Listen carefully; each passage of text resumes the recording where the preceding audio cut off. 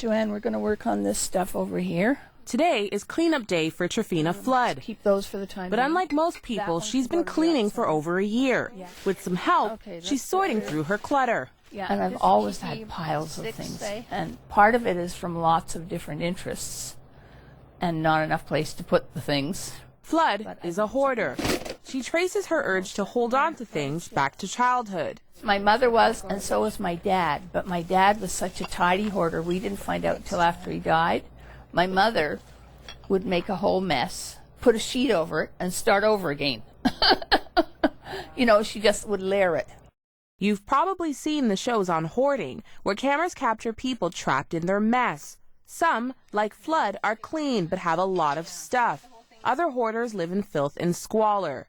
The latter have what's known as Diogenes syndrome. And how it looks is someone who is neglecting their personal appearance. They're not bathing anymore. They're not brushing their teeth anymore. They're letting their teeth rot from their mouth. They're letting their fingernails and toenails grow, that their hair get matted and infested with lice and other vermin. Their lawns are never cut. And neighbors complain about the smell and mice and other vermin. Named after the Greek philosopher Diogenes of Sinope, the disorder is complex. While hoarding can be a symptom of Diogenes, not all hoarders develop it. Flood is an example of someone who hoards but doesn't have the syndrome. 2 to 5% of our population can hoard and look perfectly fine. Everything else, they just live in too much clutter and mess and everything else.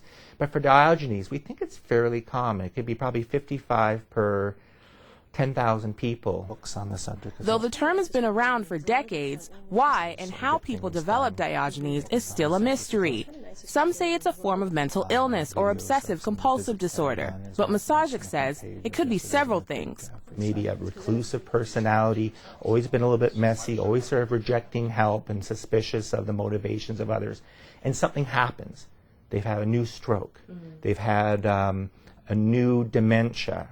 Or they start to misuse alcohol and the alcohol gets out of control. Or there's a change in their life, their spouse dies.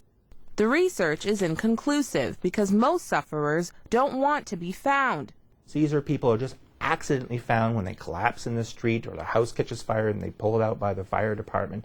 They don't like to be studied often. They don't like to be annoyed. They are suspicious of authority figures. They're suspicious of motivations of doctors like me. But thanks to the media, that's likely to change. We're going to find more people to be reported to doctors and all that, to have better case finding and better understanding of this disorder.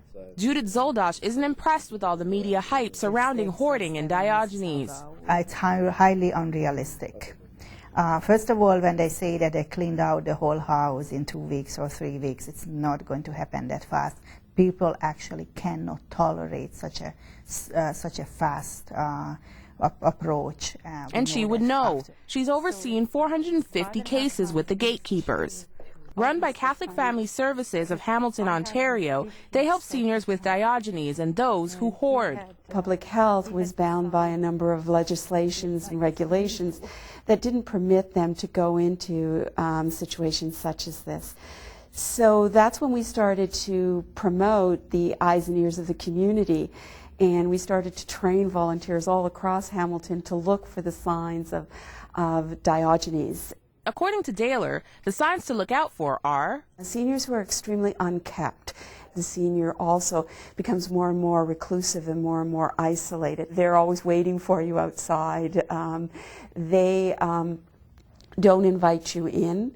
The house will be extremely disheveled. You'll notice newspapers piled high. You'll notice the hoarding, the uncleanliness. You'll notice the smell. A lot of times, hoarders will also have a number of animals, cats, dogs in their homes. Clients are referred to the program by neighbors, volunteers, and even landlords. Often the person will not let us in. And we don't give up at that point. We go back at least 3 times. We leave our brochure. We leave our business card. We make sure that there's some contact has been made. It can take months before a case manager is allowed into a home, she says. I mean, we had cases when there was a lady, we talked to her for weeks and weeks and weeks through the air conditioning box because she didn't want to show her face, she didn't want to come to the door. But once they're in, Gatekeepers offer a variety of services to help seniors reclaim their lives. We contact the cleaning company. They come in, usually 2 people, and start cleaning, and it goes item by item. And every single item has to be run by the client. We also look into their entitlements to see if they receive full pension. And unlike the shows on TV, having a clutter-free home isn't always possible. The goal is to make the home inhabitable and safe. We measure our success in relation to what the client's goal is. That may mean making a path from the front door to the bathroom or the front door to the kitchen. The success may be that the client doesn't get evicted. Trifina Flood connected with Gatekeepers after her superintendent gave her an ultimatum: clean up or face the fire in health departments. And they took out, I would say, 30 big green garbage bags of newspapers and magazines the first week, and another 15 or 20 the next week, just out. And then we've worked on it since then, gradually. Yeah. That was over a year ago. While cleaning up alone is overwhelming, the weekly help she gets from her Gatekeeper caseworker has made a huge difference, she says. It's very boring to do it by yourself. You know, it's not fun. But with Joanne or Megan, we have a couple of good laughs and we work away. Flood also sees a psychologist, which is another service Gatekeepers offers clients. The work that we do here at the center, so anyone who works with a client who hoards takes a cognitive behavioral approach to the therapies. We also do work around exposure therapy and sort of behavioral therapy around helping people to basically get used to getting rid of things, even if there is an emotional reaction. The goal, Dr. Roa says, is to help patients understand their beliefs about possessions and put systems in place to deal with new things. Some people really do cancel, subscriptions. They cancel newspapers. They put signs up of no junk mail or no flyers. So if they work with us for 10 to 12 sessions, really challenging the idea that if I give this away, I'll never be able to find something like it again in the future. We often encourage people to keep working with a helper of some sort to kind of to keep sorting through things. I don't need this. Oh, maybe I do.